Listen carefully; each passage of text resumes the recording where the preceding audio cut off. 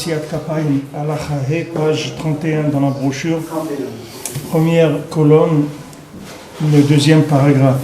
Hier, on est arrivé, on a parlé des trois brachot des Kohanim, que représentent les trois points de connexion avec Hachem, c'est-à-dire les trois possibilités de se connecter avec Hachem, et que ce soit par l'intermédiaire du tzaddik, en parlant avec le tzaddik, ou en parlant avec son ami, ou en parlant avec Hachem, en faisant le bonedou. Ces trois points-là, ils sont alimentés par la Birkat Kohanim. C'est pour ça qu'il y a trois brachot dans Birkat Kohanim. Il y a trois parties dans la Birkat Kohanim. Donc Rabbi Nathan l'a dit hier, on va voir en particulier chaque bracha, qu'est-ce qu'elle représente par rapport à ces trois points-là. Ki bracha rishona yivercha Hashem, parce que la première bracha qui est des Kohanim, qui est yivercha Hashem, qu'Hashem te bénisse, keneged nikudat hatzadik ba'atzmo, sheu mekor habracha. Comme ça, c'est par rapport au tzaddik, le point du tzaddik, que lui, c'est le mekor de la bracha, c'est la source de la bracha, comme c'est écrit dans Mishlei, brachot le rosh tzaddik, que les brachot, elles sont à la tête du tzaddik, c'est-à-dire c'est lui qui donne les brachot. Comme c'est écrit dans Tehillim, qui va lever la bracha de chez Hachem. Au début, on doit recevoir du tzaddik qui est nekuda klalit, shum makor bracha, parce que le tzaddik qui représente le point général, qui est la source même de toutes les bénédictions. Comme on a dit hier pour Abraham Avinu, Akadosh Baruch Hu lui a dit, toi-même, veillez bracha, toi-même tu seras une bénédiction. Tu seras une bénédiction pour le monde. Et celui qui te bénira, il sera béni, celui qui te maudira, il sera maudit. Parce que c'est un être qui est béni, c'est-à-dire il est béni par Hachem. Le tzaddik, il est béni par Hachem, c'est-à-dire que lui, c'est la source de la bénédiction. Parce que le fait que maintenant, lui, il s'est inclus dans Hachem, il a travaillé toute sa vie pour se rapprocher d'Hachem, pour s'inclure dans Hachem, tout son but c'était pour aider l'humanité, pour aider le Ham Israël et pour aider toute l'humanité, c'était ça son but. Donc lui, il a un point qui est inclusif, puisque maintenant il fait partie plus des gens d'en haut que des gens d'en bas. C'est-à-dire le tzaddik, c'est quelqu'un qui est plus un rapport avec les mondes supérieurs qu'avec le monde inférieur. Il n'est dans le monde inférieur que pour aider les gens et pour le parfaire. C'est pour ça qu'il est en bas. Donc maintenant, au point de départ, on doit recevoir d'abord du tzaddik.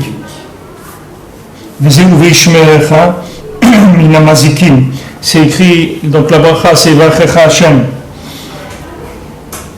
Veishmerecha, Akadosh Baruch Hu va te protéger des mazikim, c'est-à-dire il va te protéger des forces négatives qui veulent te faire du mal. Shem mazike alma, shem klipot. Qu'est-ce que c'est les mazikim? Ce sont les mazike alma qui sont les klipot. Ces klipot, kulam nitavu min shvirat kelim kayadua. Toutes les klipot, elles ont été créées par la shvira des kelim. C'est-à-dire qu'il faut savoir que les klipot, elles n'existent que par dépassement de dosage de lumière. C'est-à-dire, quand il y a trop de lumière, c'est ça qui fabrique les clipotes. Les clipotes, elles viennent du dépassement de la lumière.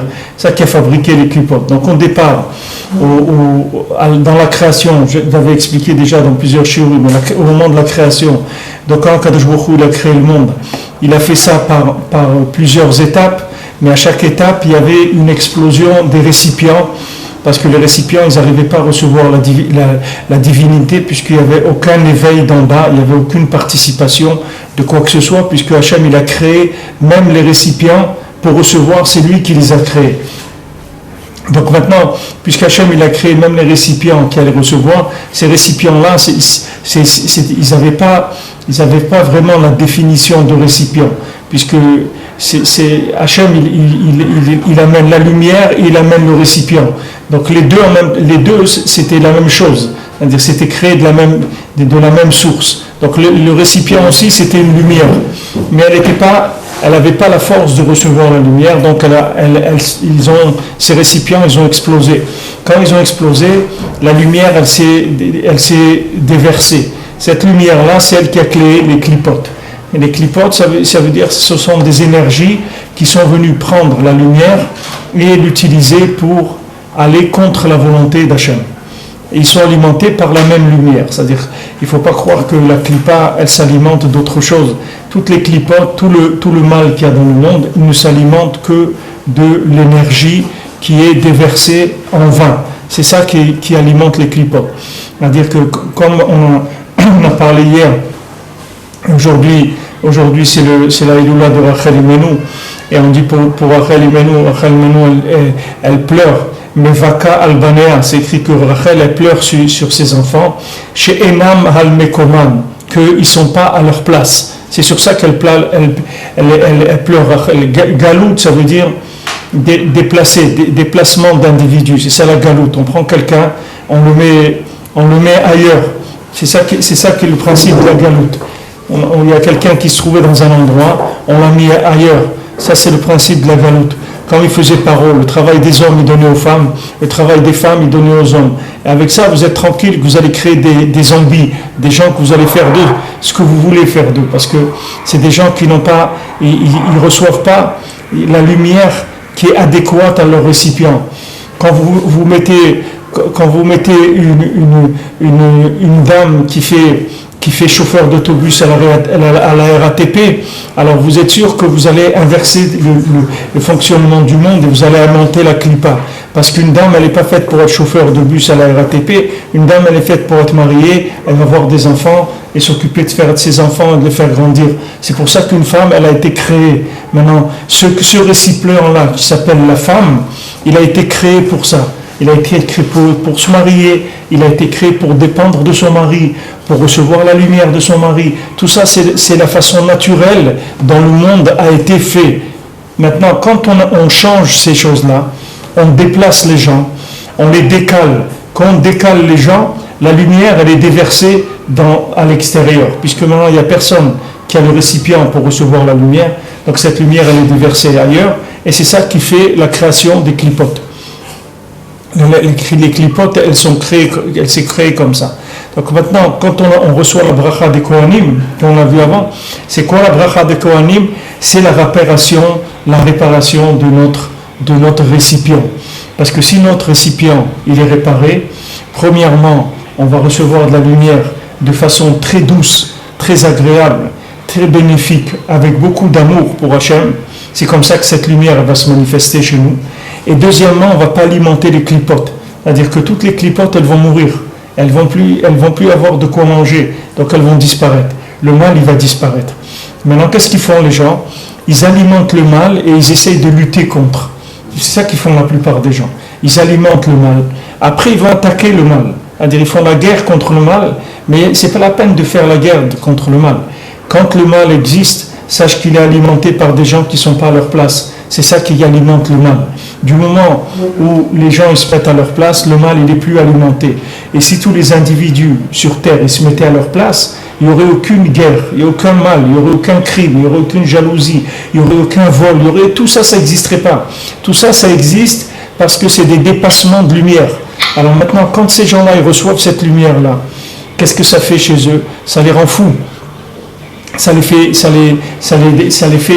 délirer, ça leur donne des instants qui sont complètement poussés, boostés à un niveau qui est insupportable. Alors chez ces gens-là, ça devient des voyous, ça devient des guerriers, ou ça devient des terroristes, ou ça devient n'importe quoi. Et là où les gens ils sortent des normes, mais ils sont sortis des normes parce qu'ils ont été alimentés par une lumière qui n'a pas eu de récipient. C'est pour ça qu'ils existent. Donc c'est inutile de s'attaquer au mal de front, ça ne sert à rien du tout. Le mal, il ne faut pas l'attaquer de front. Sauf si Hachem il dit de le faire. Si Hachem il dit de le faire, alors ça veut dire qu'Hachem il sait pourquoi il faut faire ça. Mais nous, l'attitude, c'est de ne pas attaquer le mal de front. Le Baal Shem Tov il dit, fais le bien et Asetov, Sormera Asetov, c'est-à-dire que maintenant fais le bien et le rat il va partir, tu vas voir automatiquement. Parce que le mal qui se colle à toi, c'est toi qui l'alimente. C'est toi son fournisseur. Donc arrête d'être son fournisseur et tu vas voir qu'il va disparaître. Il va plus être là du tout. Donc c'est pour ça qu'on a besoin d'une shmira. Hachem, on a besoin d'une shmira parce qu'aujourd'hui, malheureusement, comme tous les gens, ils sont à l'envers. Ils sont mamash à l'envers. Et on continue à les rendre à l'envers. Et à les pousser de plus en plus, de les rendre fous de plus en plus. C'est-à-dire que la société, elle les rend fous de plus en plus parce que plus elle les rend fous, et plus la lumière, eux, ils récupèrent de la lumière. Plus maintenant, Amalek, il arrive à rendre les gens fous, et plus leur capital spirituel, il se déverse chez lui, parce qu'eux, ils ne sont pas à leur place, donc ils ne peuvent pas recevoir la lumière qui leur revient. Donc ce capital spirituel, il va chez Amalek, il va dans les clipotes, et elle s'alimente de ça. Quand moi j'étais enfant ou adolescent, il y avait les premières personnes qui sont sorties, les premiers hommes avec les cheveux longs. Il y avait des gens avec des cheveux longs qui commençaient, des artistes, des chanteurs. Alors les gens, ils étaient complètement affolés. Ils disaient, mais c'est quoi ça? Un homme avec des cheveux longs, on n'a jamais vu ça. C'est un attribut de femme, les cheveux longs, c'est pas pour les hommes. Et les gens, ils étaient révoltés contre ça. Regardez, 40 ans après, c'est plus les cheveux longs, c'est les hommes, ils se marient entre eux, officiellement. Ça, c'est encore une étape. Et après, ils vont arriver ce que faisait Bilham. Bilham, il était marié avec son ânesse. Ça, ils sont pas, pour l'instant, ils l'ont pas fait, mais ça va venir. C'est l'étape d'après, parce qu'il n'y a pas de limite dans le mal. C'est-à-dire quand maintenant le mal, il consomme, il prend la lumière, alors il se développe à outrance, et ça se développe sans arrêt. Maintenant, la seule façon de lutter contre ça, c'est de se mettre à sa place, c'est tout. C'est de se mettre à sa place. Il y a une place pour chacun. Pour un juif, il y a un Shulchan Aruch, il y a une halakha. Pour un goy, il y a 7 mitzvot de Bnei Noach. Il faut se mettre à sa place. Si quelqu'un est à sa place, il n'est pas un fournisseur de la klipa. Il ne fournit pas la klipa. Donc maintenant, quand on reçoit la bracha du Kohen, c'est justement la réparation des récipients pour pouvoir recevoir la lumière dans un récipient adéquat et que ça soit en harmonie, que ça donne quelque chose d'agréable, que ça donne un bonheur, que ça ne donne pas des choses qui font des problèmes. Alors maintenant, le Kohen, il nous fait la bracha de l'Ishmerecha, des mazikim, que tous les mazikim qu'on a expliqués sont venus des récipients qui se sont brisés. À l'idée à bracha, grâce à la bracha qui vient de l'origine même des brachot, mais prinat nekudat tzadik yesod olam, qui vient de l'endroit du tzadik yesod olam, c'est-à-dire du tzadik qui est pilier du monde. Donc maintenant, Rabbi Nathan il explique que par le fait maintenant qu'on va apprendre, on va aller parler avec le tzaddik, c'est-à-dire qu'on va prendre la lumière du tzaddik, que quelqu'un il écoute les conseils du tzaddik, il vient au man, il va faire tikkun haklali chez le Rebbe, il fait les tzot du Rebbe, de faire tikkun haklali, de faire le Shulchan Aruch tous les jours, de faire Bodedut tous les jours, de venir à Ouman à Oshana. Quelqu'un il parle avec le tzaddik aussi, chaque jour il parle avec le tzaddik, c'est son rav, il parle avec lui. Ça, qu'est-ce que ça va faire? Ça va réparer son récipient de manière qu'il n'y ait plus de shvira, de kéli, qu'il n'y ait plus de kéli brisé. Un kéli brisé, c'est un kéli qui ne peut pas recevoir la lumière. On a dit que le récipient de l'homme, principalement, c'est son cœur, et quand son cœur il est brisé, il ne peut pas recevoir la lumière. La lumière, elle arrive dans un cœur qui est brisé. Qu'est-ce qu'elle donne? Tout de suite, elle est livrée chez le voisin. Tout de suite. Quand quelqu'un il a un cœur qui est brisé, qui est cassé en morceaux, quand la lumière elle arrive en lui, elle va tout de suite, elle est prise par le voisin. C'est comme quelqu'un qui a déménagé, maintenant son courrier il arrive, le voisin il lui prend son courrier. Alors, quand c'est des chèques et des trucs, alors le voisin il lui prend tout ce qui vient, il lui prend. Pourquoi? Parce que son cœur il est cassé, il ne peut pas retenir la lumière. Le voisin en question, c'est vraiment les voisins, les ceux de son entourage, ou c'est la sitra? Le voisin, ça veut dire la sitra. Je parle beaucoup, c'est à vous habituer, mais moi je parle toujours avec des exemples, mais des fois je ne dis pas que c'est un exemple, c'est-à-dire je parle sur les deux en même temps, mais je vous rattrape toujours, je reviens toujours un peu sur la réalité de la chose aussi. C'est-à-dire le voisin, c'est comme nous les voisins qu'on a ici en Israël. Ça s'appelle nos voisins. C'est-à-dire que maintenant, c'est nous qui les alimentons. C'est-à-dire que chaque fois que quelqu'un il a le cœur brisé, sa lumière elle est prise elle est prise par le voisin, c'est-à-dire par le côté négatif. Parce que lui, il n'existe qu'avec ça. Son existence, c'est que ça, c'est tout. C'est parce que s'il veut exister en tant que clipa, maintenant s'il veut exister dans l'harmonie de la création, alors il se soumet au Ham Israël, et là à ce moment-là, il aura une réparation, mais pas en tant que clipa, en tant que prolongation du Ham Israël, c'est-à-dire quelqu'un qui fera partie du Ham Israël par le fait qu'il sert le Ham Israël, il s'inclut dans le Ham Israël. Et maintenant, sinon, qu'est-ce qu'il fait? Il attend qu'un juif il ne fasse pas le Shulchan Aruch, ou un juif il soit dans un ribouille or, dans trop de lumière par rapport, et ça alimente les clipotes. C'est ce qu'on est en train de vivre en Israël, c'est-à-dire aujourd'hui ce qu'on vit en Israël, c'est le retour en Israël, alors qu'on n'était pas prêt à retourner. Comme la sortie d'Égypte, c'est la même chose. Mais c'est toujours comme ça, dans l'histoire, on n'a jamais été prêt à vivre ce qu'on allait vivre. Et ça, c'est valable dans tout. Pourquoi des gens ils ont des problèmes de Shalom Bayit? Parce qu'ils n'étaient pas prêts à se marier. Le problème, c'est qu'il y en a tant qui soient prêts à se marier, ils risquent de se marier dans des maisons de retraite. Ils vont pas se marier de l'âge où ils doivent se marier. Mais maintenant, ils doivent se marier. Il faut qu'ils fondent des foyers, etc. Maintenant, ils n'ont pas la maturité, ils ne sont pas prêts. Alors, c'est ça qui crée les problèmes. Parce que maintenant, se marier, c'est une lumière. Maintenant, quand quelqu'un il se marie, il reçoit une lumière. On dit celui qui passe sous la choupa, on lui rappelle toutes ses avonantes, etc. Toutes ses avérotes, elles sont pardonnées, etc. C'est une très grande lumière qui vient. Maintenant, cette lumière, il faut pouvoir l'assumer, il faut pouvoir vivre avec. Et la plupart des gens, ils n'ont pas les récipients pour ça. Donc il y a des dérapages. Ces dérapages, ça crée les problèmes de Shalom Bayit. Ça crée les problèmes de la sortie d'Égypte. Alors que les gens qui sont sortis d'Égypte, c'était des gens bien intentionnés. Personne n'est sorti d'Égypte pour aller. Ce n'était pas un mouvement politique pour aller faire des problèmes. On ne parle pas du Erev Rav, les gens qui sont sortis, des gens comme Bilaam, et des gens comme ça, ils sont venus pour faire des problèmes. Mais le Ham Israël qui est sorti, il est sorti Belev Shalem. Il est sorti avec un cœur bien intentionné, c'est-à-dire l'intention, elle était pure, elle était claire. Mais le problème, c'est qu'ils n'avaient pas les récipients. Donc cette lumière-là de la sortie d'Égypte, elle a alimenté des clipotes. Ces clipotes, ça a donné tous les problèmes. Ça a donné les problèmes de Shalom. Ça a donné qu'ils ont voulu tuer Moshe Rabbeinu. Ça a donné qu'ils se sont plaints quand il n'y avait pas d'eau. Ils se sont plaints quand il n'y avait pas de viande. Ils se sont plaints, il y a eu Korach, le problème de Korach. Et tous les problèmes qu'il y a eu à Sarah Nissionnante, qu'ils ont été menacés, ils ont fait 10 épreuves à Hachem dans Israël, dans le Midbar. Et la dernière, le pire de tout, c'était quoi? C'est les Meraglim, c'est le fait qu'ils n'ont pas voulu rentrer en Eretz Israël. C'est-à-dire ils sont arrivés tellement à se faire ronger par les clipotes que l'intention de tout ce qu'ils avaient fait au départ, elle est tombée par terre.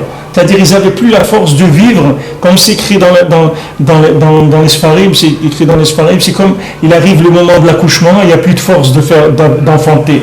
Qu'est-ce qui se passe aujourd'hui quand on fait des césariennes ou des choses comme ça? C'est-à-dire qu'il y a tout, mais la maman n'a plus la force pour l'accouchement, elle n'a plus de force, alors on fait une césarienne.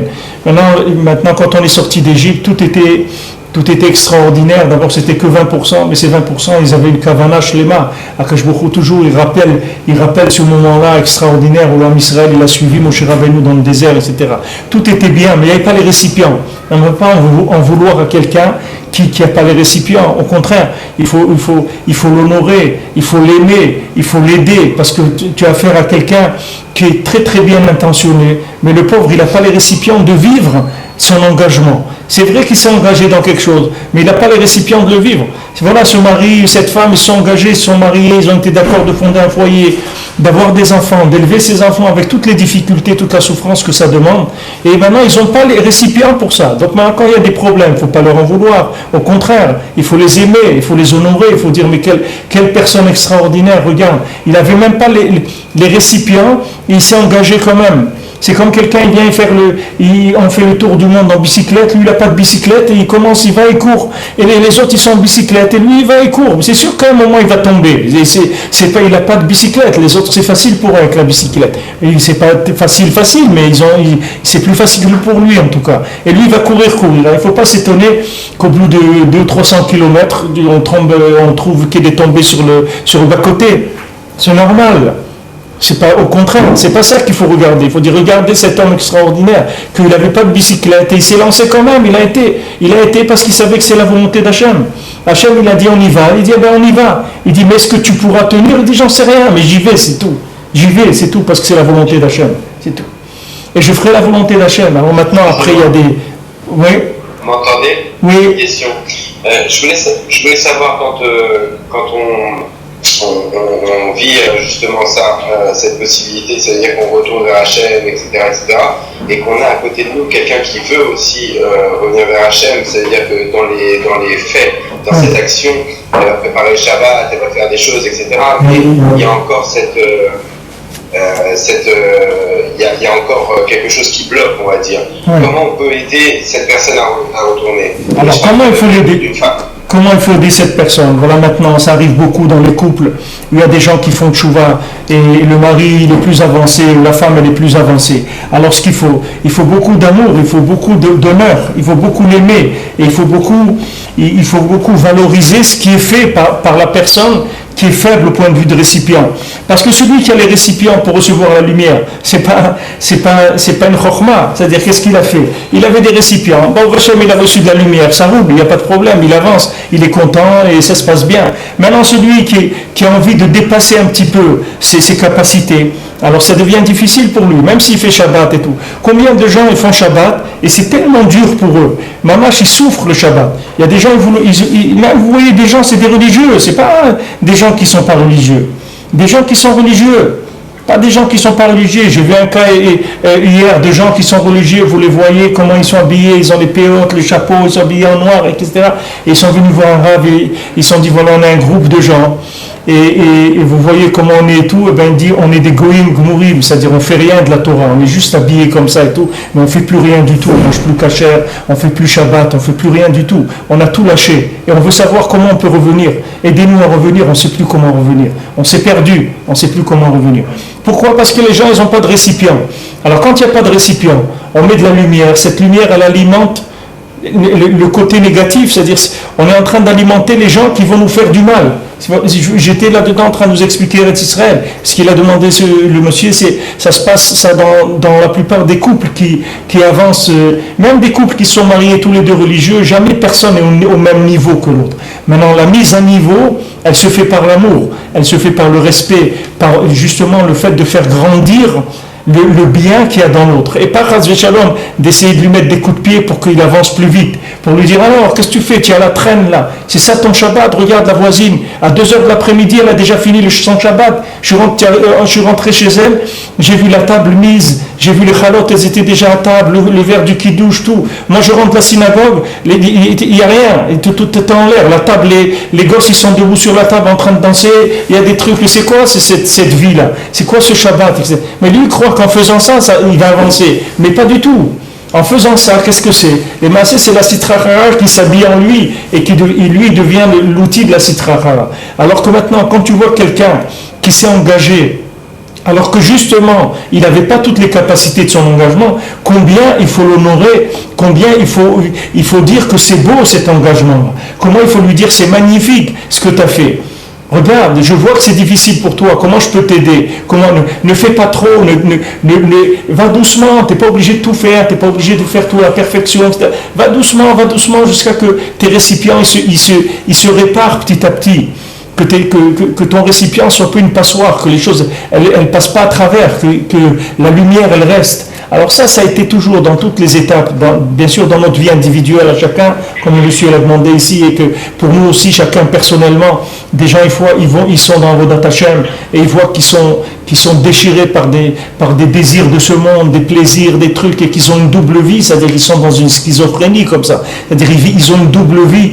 Il ne faut pas s'inquiéter, au contraire, ne regarde pas la schizophrénie, regarde le côté positif. Ce n'est pas le côté négatif. Rabbi Nathan dit, ne regarde pas ce que tu fais de mal. Au contraire, quand tu vois que tu es religieux et tout, et que tu vas regarder des films, par exemple, qui ne sont pas propres ou des choses comme ça, combien tu dois être joyeux que tu es religieux. Parce que normalement, les gens qui regardent ces films, ils sont là-bas, ils ne sont pas là, ils ne sont pas dans la Torah. Ils n'ont rien à voir avec la Torah. Mais toi, tu es dans la Torah. Ne regarde pas ce que tu fais de pas bien. Regarde que, Baruch Hashem, que tu es quelqu'un d'extraordinaire, même que tu n'es pas au niveau. La preuve que tu n'es pas au niveau, c'est regarde, tu as des actions qui sont complètement contradictoires par rapport à la Torah. Et quand même, Baruch Hashem, tu es dans la Torah. Mais combien tu dois être heureux, combien tu dois remercier Hashem, et combien tu dois te dire, mais moi je suis un tzaddik, je suis quelqu'un d'extraordinaire. Tu te rends compte, je ne suis pas au niveau et je me suis engagé. C'est extraordinaire. C'est merveilleux. Normalement, les gens qui ne sont pas au niveau, ils ne s'engagent pas. J'avais un ami qui il m'a raconté, il faisait les salons en France, il vendait du meuble des meubles, mais des meubles qui coûtent cher, des meubles de qualité comme ça, des marques, des grandes marques. Italienne, oui. Ouais, c'est pas des meubles. Alors les gens, il y a des gens qui sont venus et regardaient, et un couple, ils regardaient les meubles et ils étaient en train de réfléchir. Alors lui vient, il leur dit, je peux vous faire une facilité de paiement, tout ça si vous voulez. Alors les gens, ils ont dit, mais monsieur, nous on n'achète jamais rien si on n'a pas l'argent. On n'achète jamais quelque chose si on n'a pas l'argent. Ne croyez pas. On regarde est-ce que ça nous convient ou pas. Mais l'argent, on l'a pour acheter. Sinon jamais on va acheter si on n'a pas l'argent. C'était comme ça avant. Avant, personne il achetait quelque chose s'il n'avait pas l'argent. Ça n'existait pas. Aujourd'hui, c'est le contraire. Il n'y a pratiquement personne qui a quelque chose qui lui appartient. La plupart des gens, ils sont embriqués, ils sont embarqués dans des crédits et des trucs et des nianimes, etc. Parce que ça, c'est la forme de vie aujourd'hui. Mais ça, c'est pas quelque chose qui est fait pour...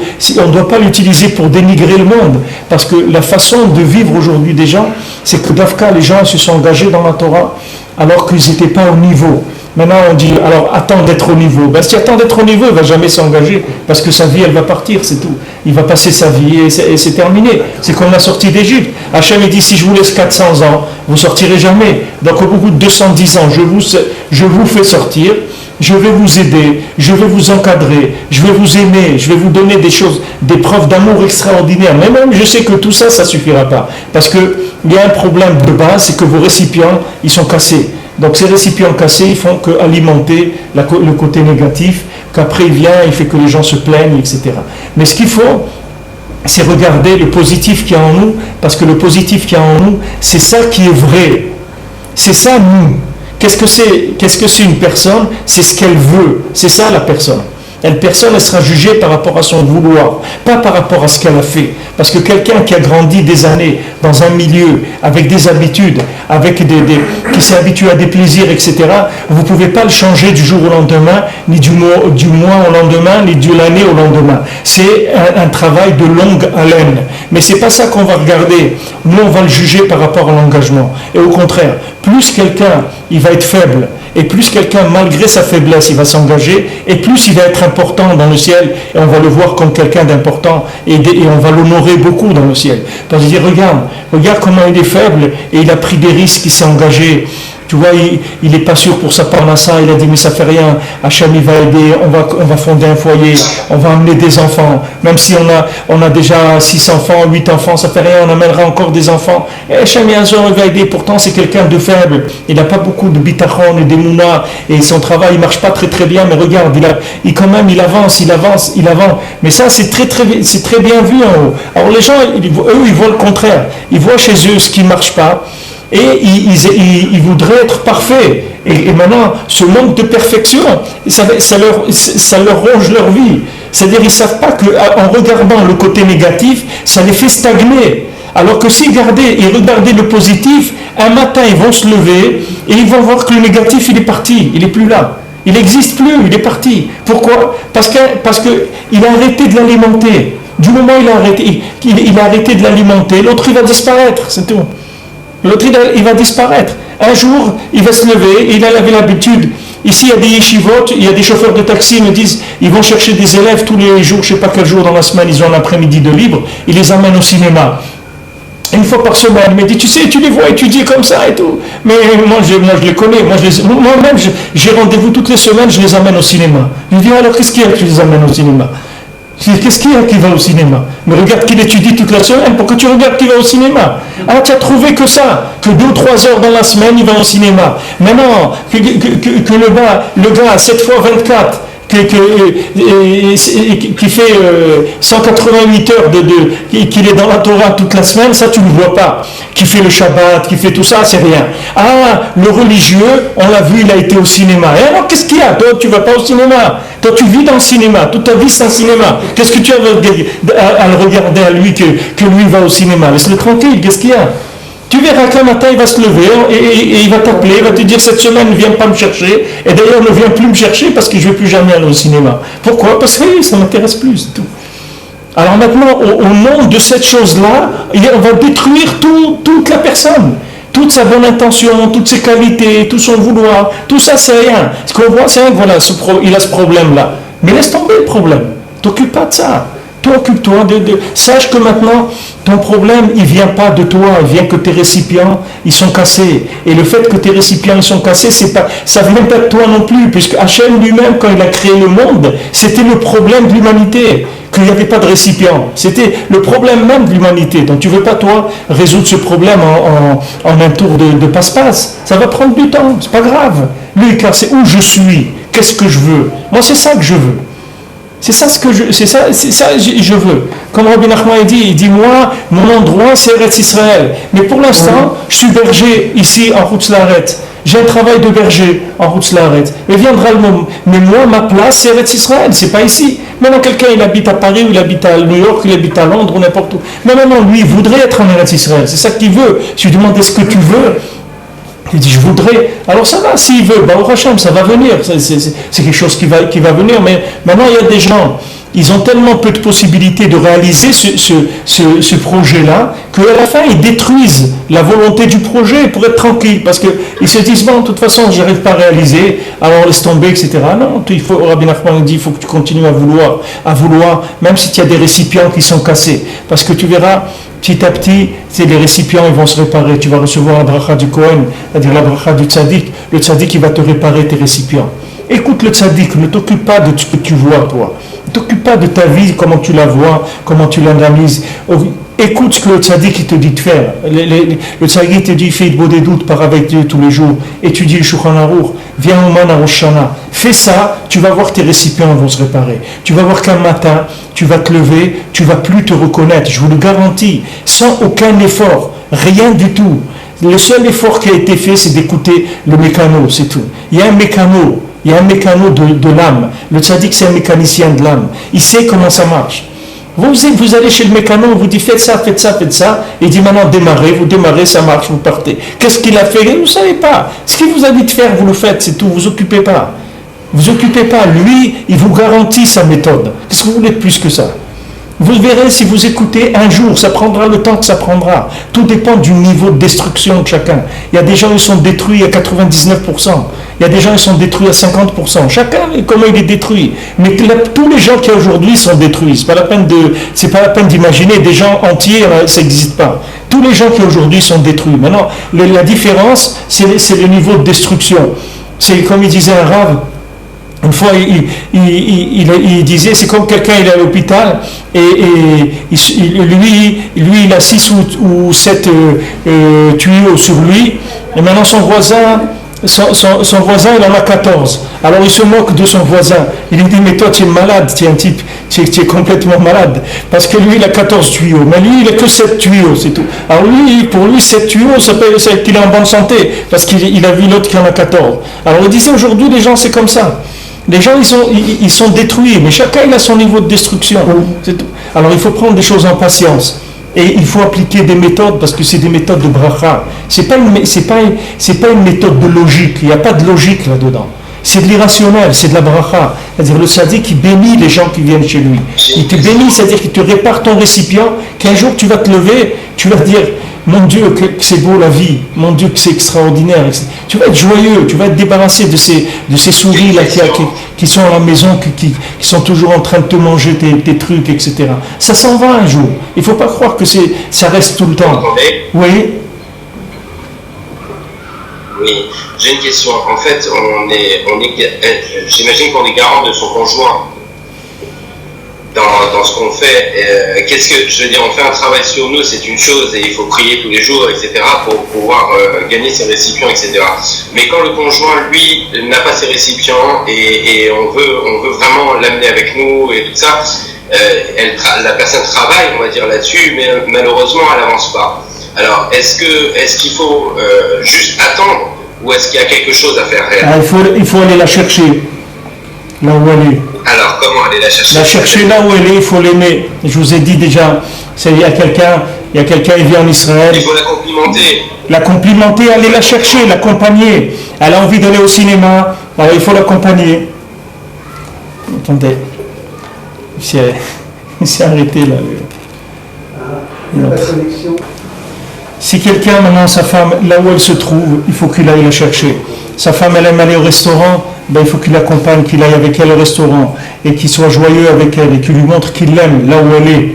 Là où elle est, il l'aime. Là où elle se trouve.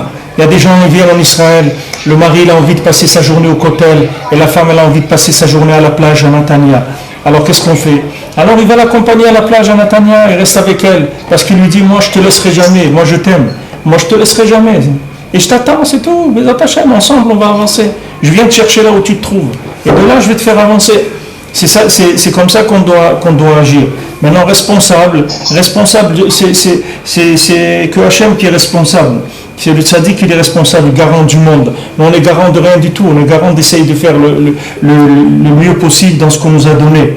Mais l'attitude, c'est de ne pas utiliser de la rigueur par rapport à la faiblesse, mais au contraire de la compassion et de l'amour par rapport à la faiblesse. C'est ça l'attitude, c'est ça qu'il faut corriger. Parce que la plupart des gens, je vous l'ai expliqué là quand j'étais à Paris, la plupart des gens, ils font comme noir, c'est-à-dire qu'ils utilisent leur réussite comme une rigueur par rapport aux autres, pour accuser les gens qui n'ont pas réussi. Mais c'est le contraire. Il faut utiliser sa réussite pour aider ceux qui n'ont pas. Comme quelqu'un il a une richesse, il ne doit pas utiliser sa richesse pour mépriser les pauvres. Il doit utiliser sa richesse pour aider les pauvres, pour leur donner ceux qui n'ont pas. Il doit leur donner, il doit les aider avec sa richesse. Maintenant, spirituellement, c'est pareil. Quelqu'un, il a reçu, Hachem, il lui a fait cadeau, que lui, il a reçu ça, il a compris, Shabbat, ça, il le fait plus ou moins, ça marche pour lui, etc. Maintenant, son conjoint, il n'est pas à ce niveau-là. Qu'est-ce qu'il va faire? Il va utiliser sa réussite à lui pour dénigrer l'autre, pour abandonner l'autre, pour accuser l'autre, pour martyriser l'autre. Mais ce n'est pas du tout ça qu'Akash Baruch Hu veut. Akash Baruch Hu veut que le bien qu'il nous a donné, on l'utilise pour le partager avec les autres. C'est ça qu'il veut, Akash Baruch Hu.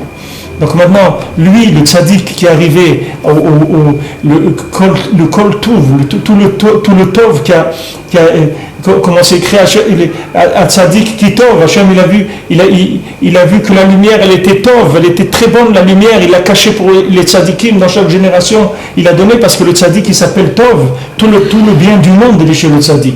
Et le tzaddik lui qu'est-ce qu'il a? Que de l'amour. Vous voyez Yosef Hatzadik, ses frères qu'est-ce qu'ils lui ont fait? Que quand ils sont venus, ils ont eu peur. Après que Yaakov il est mort, il a dit ça y est, maintenant Yosef il va se venger sur nous, il va nous faire. Yosef il leur a dit mais pas du tout.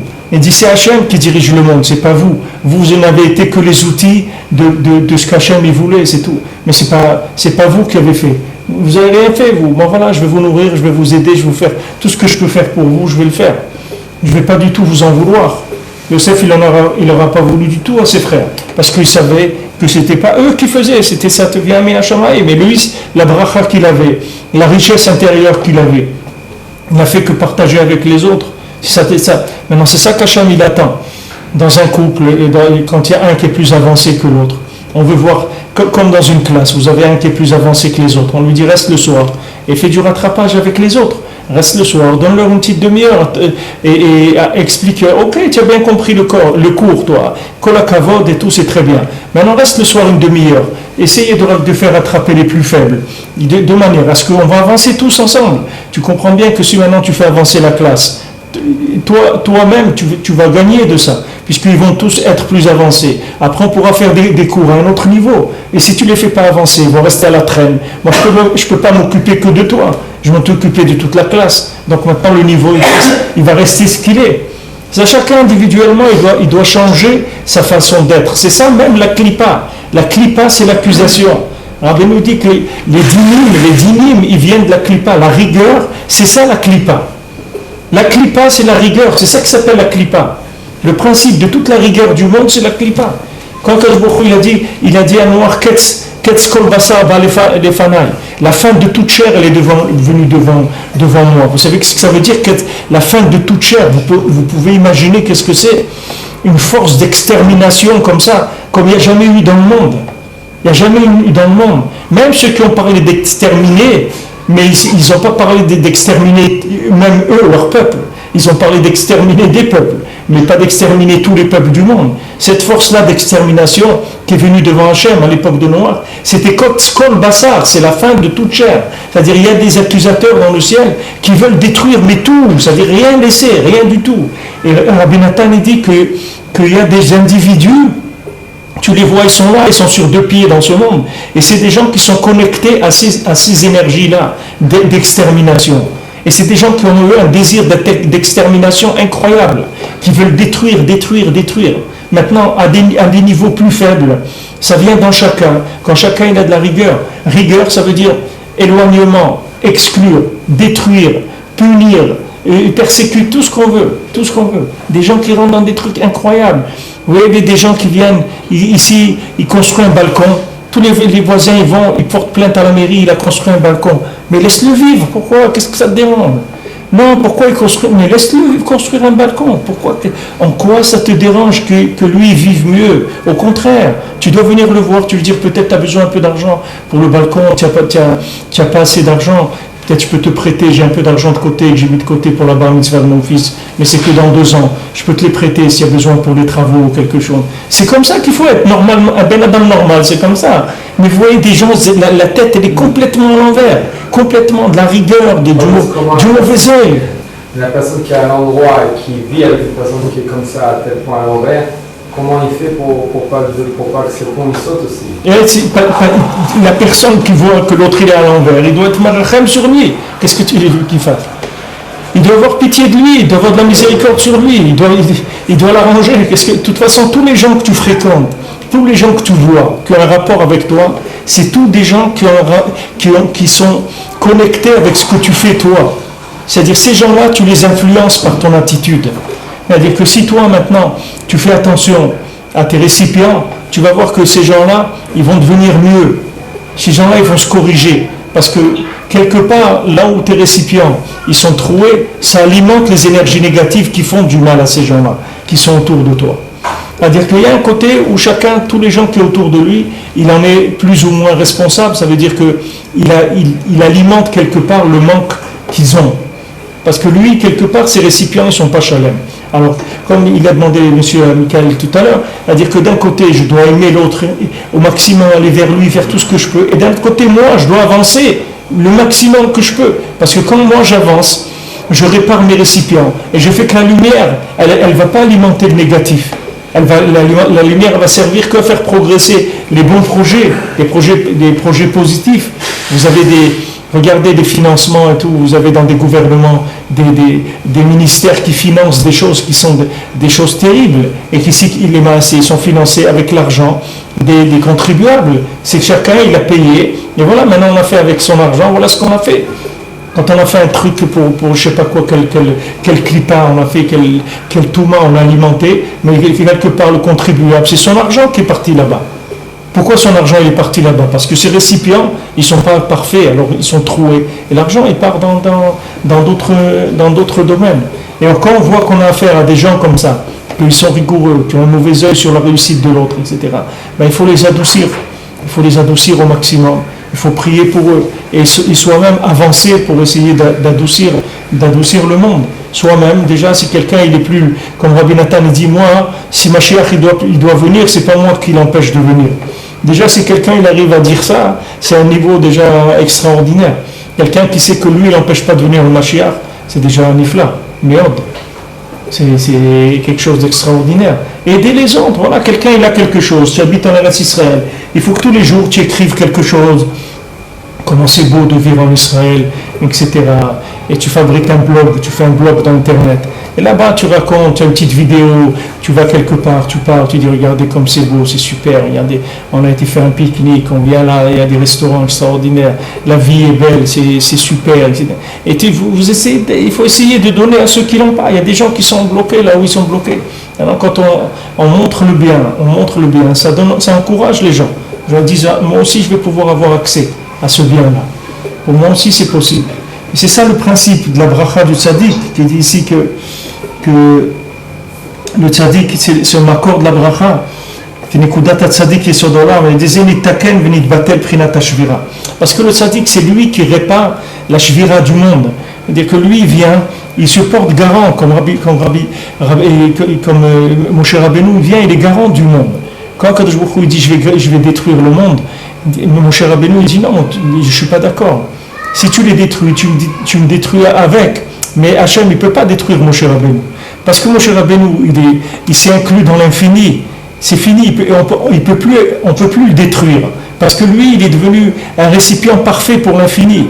Donc c'est fini, il ne peut plus le détruire. Parce qu'il est l'être parfait. Isha Elohim, c'est l'homme de Dieu, c'est un homme divin. C'est fini, on ne peut plus le détruire. Donc maintenant, c'est lui le garant de l'humanité.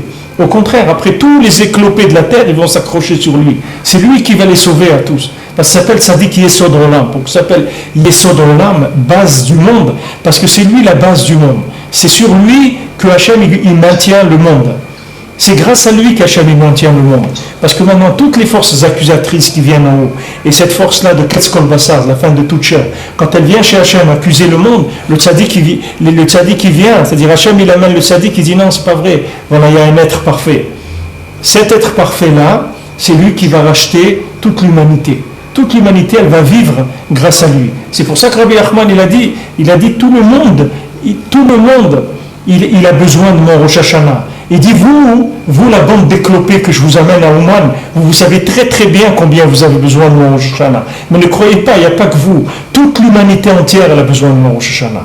Tout le moindre individu sur terre, celui qui est en train de vendre des concombres à Saint-Pétersbourg, il a besoin du Rosh Hashanah de Rabbi Nachman. Celui qui prend le métro, il monte dans le métro, il a besoin du Rosh Hashanah de Rabbi. Tout ce qui bouge sur terre, que ce soit minéral, végétal, animal, humain, il a besoin. Pourquoi?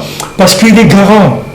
Il est garant, c'est comme vous prenez les pays, maintenant vous prenez les États-Unis, vous voyez les États-Unis, ils ont des belles voitures, des trucs, ils ont ci, ils ont ça, ils mangent du ketchup, des hamburgers, ils boivent du coca, tout ce qu'on veut, ok, mais derrière ça, il y a des Chinois, c'est les Chinois qui payent ça, c'est pas les Américains. Les Américains, ils ont plus d'argent. Qui c'est le garantie de la balance économique des États-Unis? C'est la Chine. Maintenant, si un jour la Chine, elle vient et dit, bon, je vous lâche, ben c'est terminé. C'est fini, c'est des pays qui tombent. C'est pareil, il y a des garanties. Il y a des gens qui sont garants sur la dette. Maintenant, il y a un garant de la dette de l'humanité. Maintenant, aujourd'hui, il s'appelle Rabbi Nachman Breslev, il est garant de la dette de l'humanité. C'est-à-dire, Rabbi Nachman, il vient, il peut payer le prix, il a les moyens de payer plus que la dette que quelqu'un il peut faire dans sa vie. Même si quelqu'un fait des avérotes toute sa vie, Rabbi Nachman, il a de quoi payer ces dettes-là, qui sont faites par ces avérotes. Donc quelqu'un, il n'a pas de souci à se faire. Sur le monde, il sera plus détruit, et le monde, il aura sa réparation, et Mashiach, il va venir, et le monde, il arrivera à un bonheur véritable, un shalom véritable. Ça, c'est sûr qu'on va y arriver. Seulement, on attend pour essayer de faire participer le maximum de gens à ça. Que le maximum de gens, ils puissent avoir leur part, leur petite part là-dedans. Même si elle est toute petite, donc on dit capote, d'être comme de la terre sous les pieds des tzadikim dans le Olam Haba, c'est extraordinaire déjà. Même si quelqu'un il arrive à être comme de la terre, de la poussière sous la plante des pieds des tzadikim dans le monde futur, c'est déjà extraordinaire. Rabbi Nachman l'a dit déjà, rien du tout, il ne restera pas de vous. Déjà rien du tout il ne restera pas. Quelqu'un il est venu, il a été à Ouman, il a fait un tikkun klali, ou bien il est venu à Ouman Rosh Hashanah, ça y est, il sait que déjà que rien du tout il ne restera pas de lui. C'est-à-dire quelque chose de lui va rester. Comment, quoi, combien, il ne sait pas, mais quelque chose de lui va rester. Et s'il continue à aller et continue à développer, non seulement il va rester quelque chose de lui, mais il va aider d'autres personnes à ce qu'il reste quelque chose d'eux, à sauver des gens, à sauver des familles, à sauver des jeunes qui sont perdus, qui veulent bien, ils ne savent même pas quoi faire. Ils ne savent même pas pourquoi on les a parachutés dans ce monde. Ils ne savent pas du tout qu'est-ce qu'ils sont venus faire ici. Alors celui qui a compris un petit peu combien d'avoir Rahmanout que sur le monde, et pas se dire ah ouais, mais ceux-là, ils veulent rien comprendre, ils veulent rien savoir. Voilà, je parlais avec un religieux ce matin, je marchais, et on parlait ensemble, et il me dit, ouais, mais il y a des gens qui veulent que le mal, et puis il n'y a rien à faire avec eux. C'est des Rechaim Gmourim, c'est des gens, il n'y a rien à faire avec eux. Je dis, mais comment tu peux dire une chose pareille? Rabbi Nachman, il a dit, comment tu peux dire d'un juif que c'est un rachat gamour? Tu es en train de, comme on dit, c'est un pléonasme, tu es en train d'employer un mot qui n'a rien à voir avec l'individu. Ça n'existe pas un rachat gamour chez un juif, c'est quelque chose qui n'existe pas. C'est quelque chose qui n'existe pas. Maintenant, cette personne-là, il dit, ouais, mais s'il ne veut pas, comment? Il dit, on va le faire vouloir. Il dit, mais s'il ne veut pas, il dit, on va le faire vouloir se faire entraîner déjà. Des fois, lui, de lui-même, il ne veut pas. Mais il te dit, écoute, si tu me tires, je suis d'accord. Tu me tires. Il y a beaucoup de gens qui sont venus à mon Rosh Hashanah et te dire, moi, j'ai pas envie d'aller. Mais si vous allez, les copains et tout, je viens avec vous. Si vous me tirez, je suis d'accord, je viens avec vous. Ça, c'est aussi un niveau d'évolution dans la personne. Quand quelqu'un il se laisse bien influencer, c'est-à-dire il se laisse influencer par le bien. Rabbeinu dit que ça vaut la peine d'être un être complètement influençable, de croire dans toutes les bêtises du monde, parce qu'un jour aussi, dans la vérité, il va croire. Il va croire dans le vrai. Les gens te disent, non, mais il faut être un homme de choix, qui sait faire des choix. Non, il n'y a pas besoin de choix. Quelqu'un, il prend tout. Tout ce qu'on lui dit, il dit d'accord, je suis d'accord avec tout. Et un jour, il va se présenter le gros lot, il va dire oui aussi, il va le prendre aussi, et puis ça y est, il s'en sort. Parce que Rabbi Nachman dit, il vaut mieux croire dans tout que quelqu'un qui est tout ce qu'on lui dit. Ouais, mais il faut voir, peut-être, on ne sait pas, on ne sait rien. Moi, il y a un petit garçon à Paris qui s'appelle Shmuel, qui dit qu'il est le guigoul de Shmuel Hanavi, un autiste. Alors, il a chamaï, mais il a shgacha, j'ai été le voir, j'ai parlé 2 heures avec lui. Et mamash, c'était extraordinaire, c'est mamash nifla, quelle pureté, c'est très très beau. Maintenant, il n'est pas très agréable par rapport aux rabbins, parce qu'il dit les rabbins de France, ils ont peur de perdre leur argent, alors ils ne laissent pas les gens monter en Israël. Voilà lui ce qu'il dit.